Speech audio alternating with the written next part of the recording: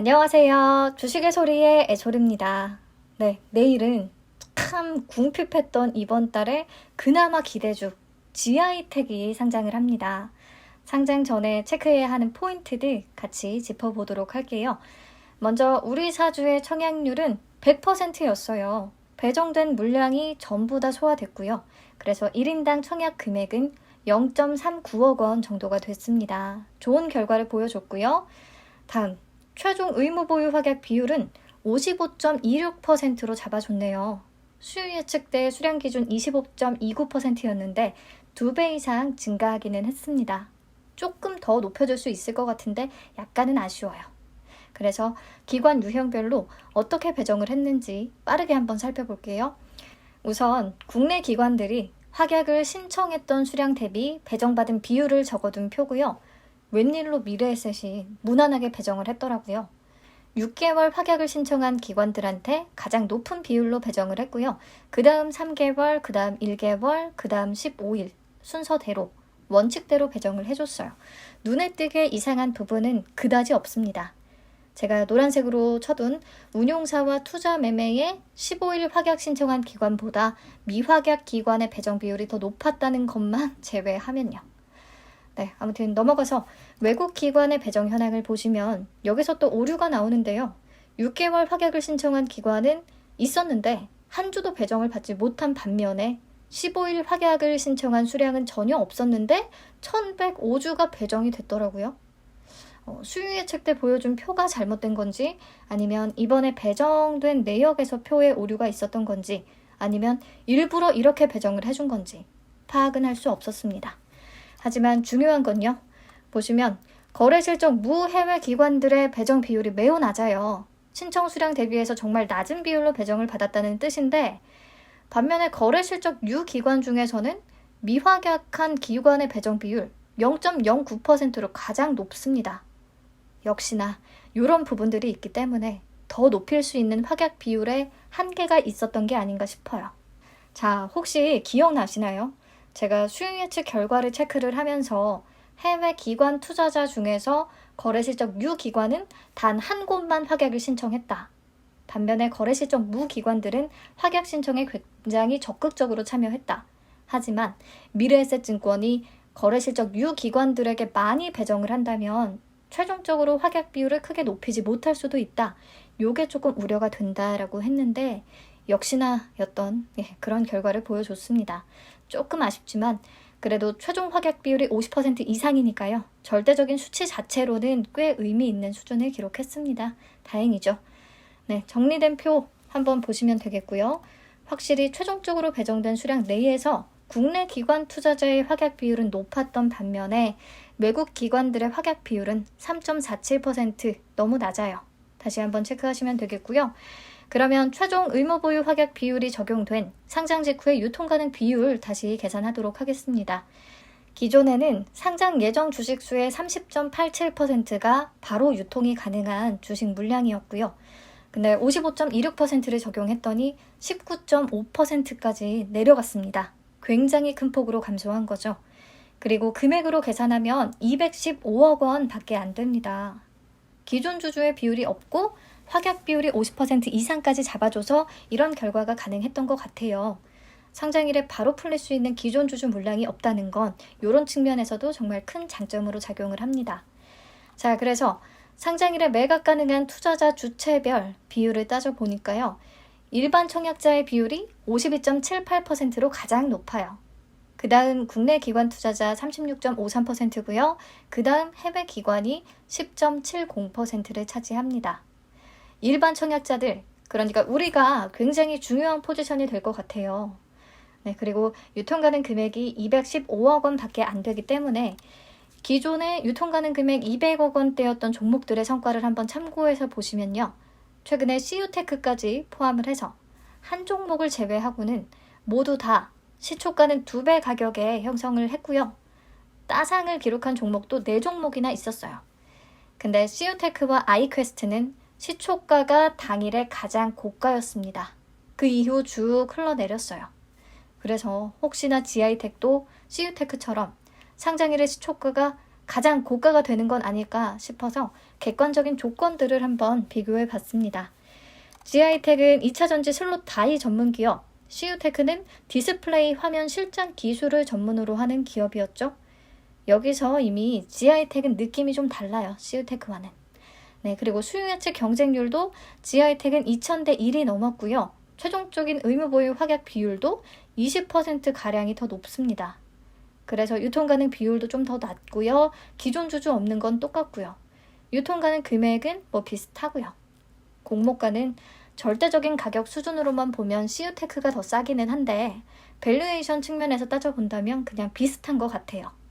그리고 둘 다 단독 상장입니다. 우선 대부분의 조건이 CU테크보다는 GI텍이 훨씬 좋아요. 그리고 CU테크는 상장일에 매각 가능한 주체 중에서 기관 투자자의 비율이 가장 높았거든요. GI텍은 일반 청약자의 비율이 더 높은 상황이고요. 그래서 이 부분이 어떤 영향을 줄지는 정확히 잘 모르겠네요. 지켜봐야 될 것 같아요. 자, 다음. 가장 최근에 상장한 2차전지 장비주 중에 원준이 있었죠. 요 며칠 동안 엄청난 급등세가 나타나면서 상장일의 고가보다도 훨씬 높은 가격 수준까지 튀어 올랐어요. 네, 2차전지 섹터 전체적으로 흐름이 좋기도 하고요. 원준의 수급이 우선 정리가 한번 되면서 외국인 수급이 꾸준히 유입되기도 했고요. 네, 그래서 원준하고도 한번 비교를 해봤습니다.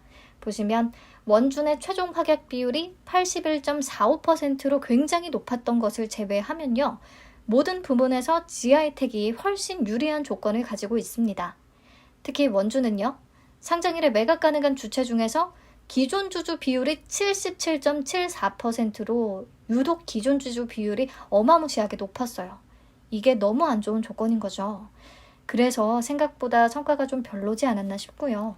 그럼에도 이렇게 2차전지 관련주는 수급이 붙어주면 충분히 다시 오를 수 있다라는 것을 보여주고 있는 것 같아요. 그래서 GI텍의 결과가 조금 더 기대되는 측면이 있습니다. 요즘 2차전지 분위기가 좋아서요. 아무튼 GI텍의 객관적인 조건들은 너무나 괜찮은 상황이고요. 우리들의 포지션이 중요한 역할을 하겠습니다.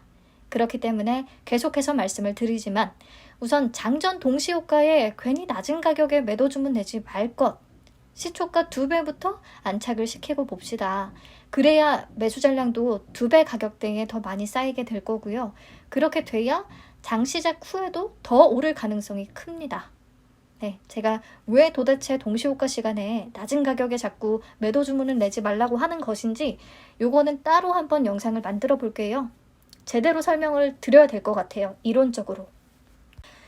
네, 그리고 GI텍은요. 상장일에 VI가 발동하지 않는 첫 번째 타자가 되는 종목이에요. VI는 뭐고 VI가 적용이 제외된다면 어떻게 되는 건가? 네, 제가 예전에 주린이 탈출기에 올렸던 영상을 어렵게 한번 찾아봤습니다. VI는 볼라틸리티 인터럽션의 약자고요. 변동성 완화 장치를 의미합니다. 개별 종목의 체결 가격이 일정 범위를 벗어날 경우 주가 급변동을 완화하기 위한 장치인데요. 이때는 실시간 거래가 잠시 멈추게 되면서 2분 동안 단일가 매매로 전환이 됩니다. 자, 2분 동안은 주문 접수만 받아서 2분 뒤에 하나의 가격으로 체결을 다 시킨다는 소리예요. 이렇게 해서 너무나 뜨거워진 이 가격 열기를 잠시 식혀주는 거죠. 오른쪽 호가창처럼요. VI가 발동되면 잠깐 호가창의 거래가 멈춘 듯하게 보이게 되고요. 각 가격대의 주문 수량만 계속해서 쌓이게 됩니다. 그리고 VI의 종류에는 두 가지가 있어요. 동적 VI와 정적 VI. 동적 VI는 직전 체결효과 기준으로 2에서 3% 이상 가격이 벗어나는 경우에 발동이 되고요. 이게 무슨 소리냐면 시초가가 10,000원이었는데 그 다음에 체결된 가격이 1,200원 이상 혹은 1,300원 이상이 된다면 동적 VI가 발동이 되는 거예요. 그리고 정적 VI는 전일 종가 기준으로 10% 이상 주가가 변동하면 단일가 매매로 전환을 시키는 건데요. 공모주 상장일에는 전일 종가가 없잖아요. 그래서 시초가를 기준으로 계산이 됩니다. 시초가 기준 10% 이상 오르면 정적 VI가 발동이 되는 거예요. 반대로 10% 이상 빠져도 정적 VI가 발동이 되고요. 너무 급변동하는 주가를 잠깐 이렇게 거래를 멈추게 함으로써 가격 안정화를 시켜주는 장치라고 생각하시면 되겠어요. 근데 이 VI가 상장일에는 없어진대요. 공모주 상장일에는 작동을 안 한대요. 그러면 어떻게 될까요? 올라갈 종목은 더 빨리 튈 거고요. 내려갈 종목은 순식간에 더 빨리 떨어질 거예요. 잠깐의 휴식기가 없으니까 그냥 막 올라가거나 막 떨어지는 상황이 발생을 할 겁니다. 즉, 좋은 종목도요. 와, 올라간다, 좋다 싶다가도 아차 하는 순간에 매도 타이밍을 놓칠 수 있다는 뜻이에요. 그러니까 그냥 따상 정도가 아니라면 적정 가격에서 쿨하게 매도하는 게 마음이 편할 것 같습니다. 자, 그리고 앞으로는요, 조금 별로다 싶은 공모주들은 상장일의 손실폭이 더 커질 수 있으니까요, 매우 조심을 하셔야 할 것 같습니다. 특히 케이카나 S&D 이런 종목들이요, 시초가 대비 마이너스 10%까지 빠지면 원래는 VI가 발동하면서 급락을 잠깐 멈추게 되는데 이제는 이런 게 없으니까요, 바로 마이너스 30% 하한가까지 직행할 수 있거든요. 네, 그러니까 수요 예측이 아주 별로인 종목들은요, 그냥 스킵하세요. 위험을 무릅쓰기보다는요. 네, 제가 VI 얘기가 조금 길어졌는데, 그래서 정리를 하자면 GI텍은 보시다시피 대부분의 조건이 좋습니다. 그래서 시초가가 2배 가격의 형성만 된다면 시초가 대비 장중에 더 높은 가격에 팔 기회를 분명히 줄 수 있을 것 같아요. 그렇기 때문에 이론적인 주가 계산은 하지 않을 거고요. VI가 재배된 첫 종목이니까 목표 수익률 미리 잘 정해서 쿨하게 매도하시면 좋겠습니다. 어떤 상황이 펼쳐지는지 저도 이번에 경험을 한번 하고 조금 더 데이터를 쌓아봐야 될 것 같아요. 네, 여기서 마칠게요. 시청해주셔서 감사하고요.